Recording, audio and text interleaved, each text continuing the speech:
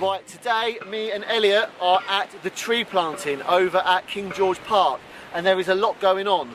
We'll show you where it's all happening, and we're going to go and talk to a few of the planters. Right, so Richard's planting this tree. What tree is this, Richard? It's a hazel tree, this one. Hazel. And where did it come from? Come from Minster. Minster. Why are you planting a tree? I just thought it'd be a nice thing to do, come along, help out, and then you can come back later on, years go by, and you can see how it's grown. Yeah, it's a nice thing absolutely. Nice one. Yeah. Brilliant.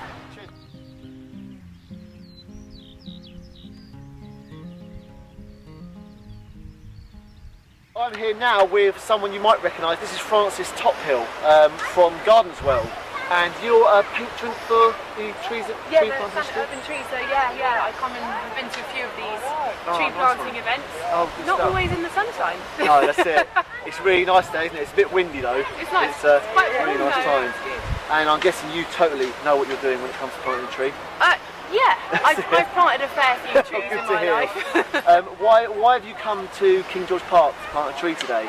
Well, I think it's part of, I'm a massive advocate of conservation and rewilding and all of that stuff. And just to be a part of, I'm from this area, so to be a part of making Thanet greener, also like for kids to come and see this thing that they've been a part of and then watch it grow for, you know, their whole lives, hopefully. I just think it's a really important thing to get involved with. Absolutely.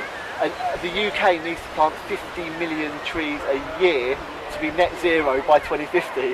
So we've all got to be doing our bit, haven't we? We have. That's quite a lot of land as well, isn't it? So like, you know, want to see more landowners getting involved and kind of getting all the trees across their land as well. Yeah, you know, on the edges of fields and farms and things like that. So we all have a lot to do. It's really nice that the council have allowed us to plant in their park, because it could eat into things like ball games.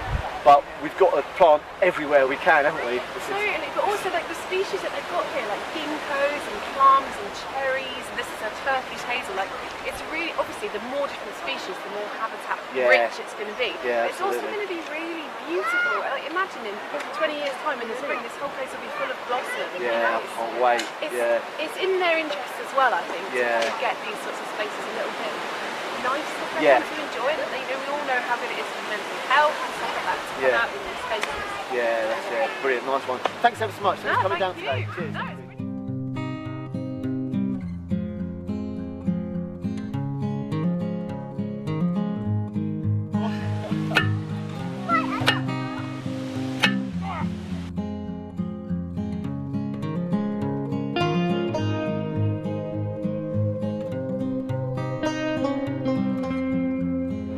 So this is the tree you're planting, Millie. What's in that bottle?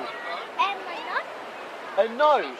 So Millie from Wildlife Conservation in Thanet has put a little note in here saying who she is, how old she is, and when she's planted this tree. So it's a little time capsule, isn't it? We're going to plant it in the tree. There we go. Nice one.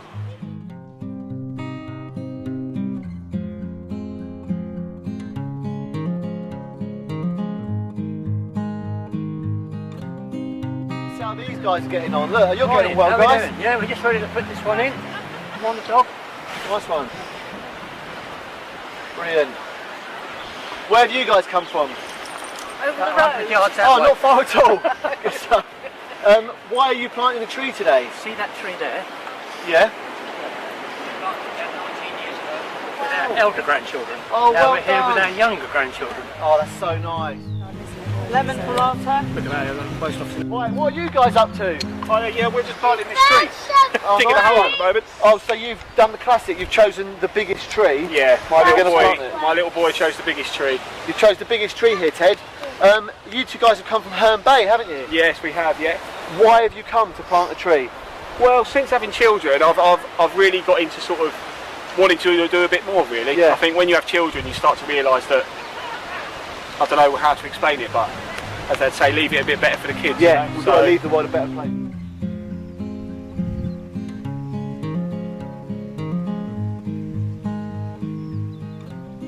Oh, well, you've got it in the hole. Do you think this is deep enough? Yeah. I think it needs to be a little bit higher, because this wants to be kind of surface with the grass. So maybe bring it up a bit. A good thing to do is to put some of this turf. There's a lot of nutrients in that, and we don't really want the grass. So put some of the turf underneath it. Okay. So you've chosen a great big tree, so you're going to have to lift this one out again. Put that Shall I give you a hand? Yeah, thank you. That's it.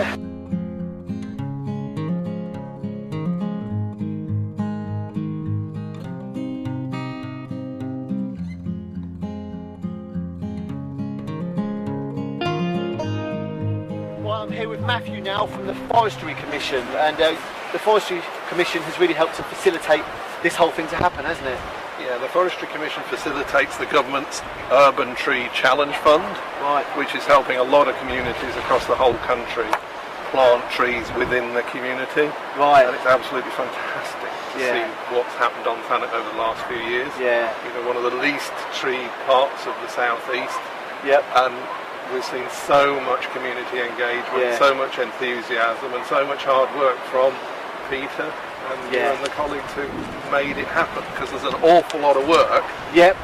in setting up a day like today. Yeah, that's it. The community event is as important as the trees themselves, Completely. isn't it? It's yeah. Completely, and Brilliant. getting people involved, trying to tie that back to the local schools, Yeah. tie it into the local community so that they appreciate and understand what they're doing. Wrap it around the tree, yeah, go around there, and then bind it around there.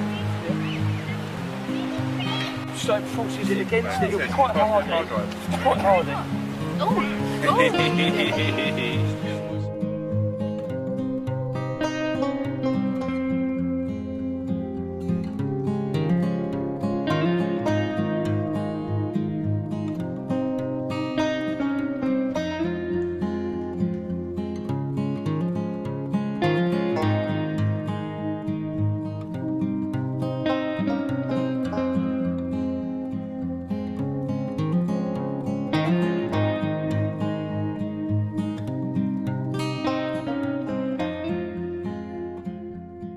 Peter, who's been fundamental in making all this happen.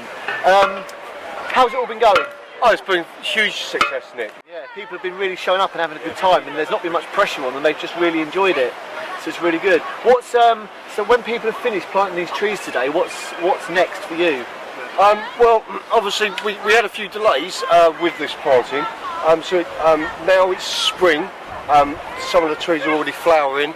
It's really important to get them watered. Right. So we're going to give them a drink this afternoon, but it's really important. I'm going to have to get out there in the next couple of weeks, make sure they get a good drench. So there's a watering schedule is going to be in place. Yes, yeah. Good. We'll be here every week throughout the summer, giving them a drink, unless there's rain, of course. Yeah, great. And are you going to be putting cages on some of these as well? All of these trees will be caged eventually. We might not get around to it today, but over the next week or so you'll see the cages going on here. Yeah, great. So I've really enjoyed it today. I've really enjoyed being here, me and Elliot have, and it's really good to see them being planted to such good standard. People have really learned how to plant trees.